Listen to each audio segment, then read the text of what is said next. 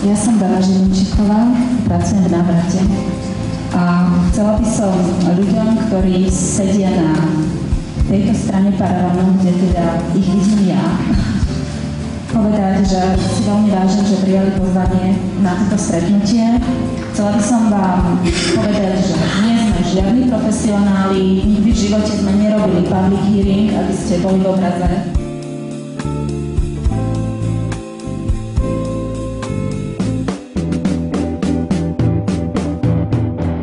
Mám za to, že pokiaľ je možnosť, tak v každom prípade dostať to dieťa k náhradným rodinám alebo k vlastnej rodine.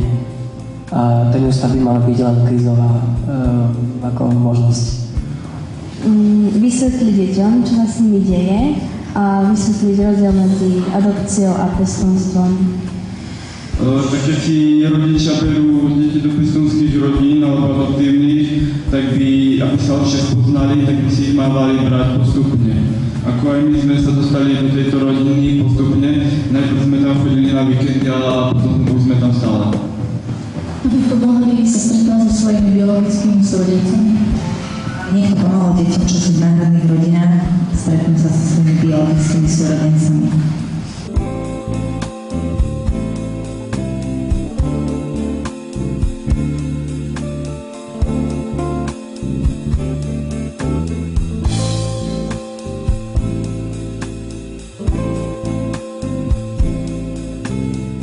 Myslím na to, že pomoc potrebujú nielen deti, ale aj rodičia, aj pestúnske, aj pôvodní rodičia potrebujú pomoc, aj keď s nimi nežijú. Teda tam, kde tá rodina žije a nejak rodičia majú problémy s výchovou detí, takže tí susedia by mali viac pomáhať, viac byť všímavých a tá dedina, teda tam, kde tá rodina žije, by mohla určite viac pomôcť tým deťom, aby vlastne tie nebezpečenstvá boli oveľa menšie. No, preto budú rozumieť.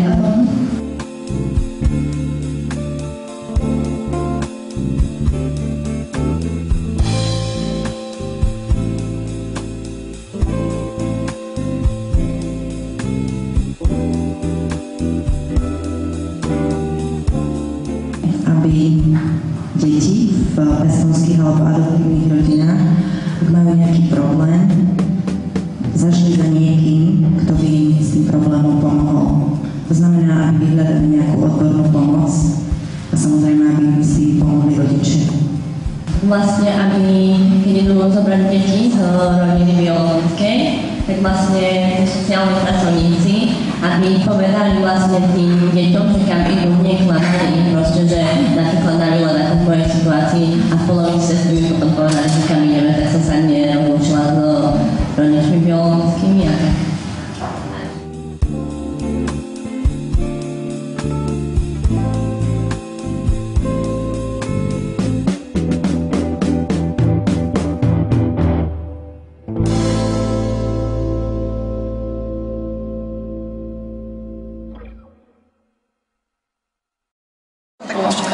Také menšie bremeno padlo zo mňa, no. Mala som trošku strach, ale inak pohoda. Ja som nemala strach. Nie, ja som si to užívala. No išlo o to, že vlastne pre rodiny, vlastne tým deťom, ktoré nemajú rodičov, aby sme im nejako vlastne našimi názormi pomohli. Takže si myslím, že to je dobrá vec, hlavne pre tých úradníkov, keďže vlastne bolo to pre nich, od nás, ako aby vedeli, že čo zlepšiť, akože čo sa týka tej starostlivosti o dieťa a o rodinu. Také dobré, že pre niekoho niečo môžete urobiť, nejakomu pomôcť, aspoň tým slovom, že čo mu poviete, alebo aj skutkami. S tými názormi našimi, čo sme si my prežili, že nie sú sami oni. A ako som sa cítil za tou klientou, ako úplne v pohode, nemal som žiadny problém. Fotil som tam občas nejaké fotky.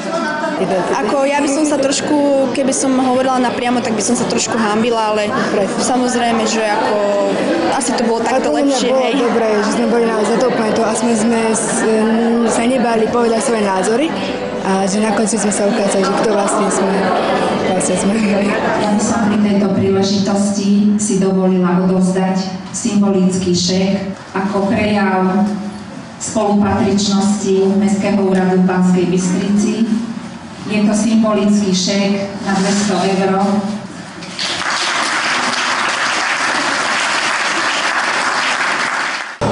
Takže volám sa Miroslav Máč, mám 17 rokov. V náhradnej rodine som od 11 rokov, teda 6 rokov. A ten projekt, čo som teraz vlastne vytvoril, tak to bolo z návratu. My sme mali také 4 projekty, mohli sme mať na vytvorenie. Ja som si vybral ten krst knihy, lebo sa mi to zdalo také v pohode a zaujímavé. Tak a keď som išiel už na ten Komprax, tak tam sme sa prvý víkend zabávali, hrali, učili sme sa, čo je to komunikácia, tieto veci. A na druhý víkend to sme si už vysvetľovali veci ohľadom toho projektu, realizáciu a také veci, financie, že koľko nás čo bude stáť a také. A je těžké psát takový projekt? Ani nie, ale keď ste hore do 4:00 a o 8:00 máte už vstávať ráno, takže aj hej. Ja si myslím, že konečne uverili tomu, čo je v podtitule tej knihy, že sú veľmi dôležité osoby. Lebo ja si myslím, že deti v náhradných rodinách vždycky majú pocit, že sú iné ako ostatné. Ja sa volám Evelina, v návrate pracujem od roku 2004 a veľmi ma teší toto dnešné podujatie, pretože mám pocit, že sme niečo pre tie decká urobili. To, ako tu dneska dokázali vystupovať a ako dokázali hovoriť, je pre mňa zadosťučinením, že pri dlhodobej práci naozaj aj deti, ktoré sú nesmelé, ktoré majú naozaj ťažké veci za sebou, ktoré pochádzajú z náročného rodinného prostredia, tak tá náhradná rodina ich dokáže vyliečiť.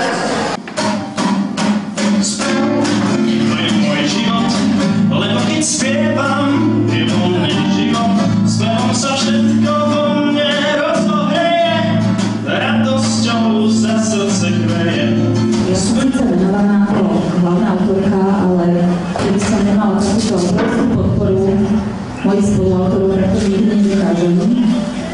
Na tom, že budeme robiť všetko preto, aby tá identita bola i každý poznal svoju identitu.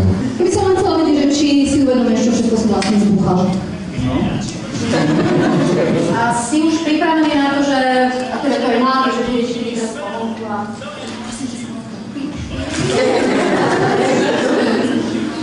No, tak pripravený som, ale poviem, že to bude až tak často.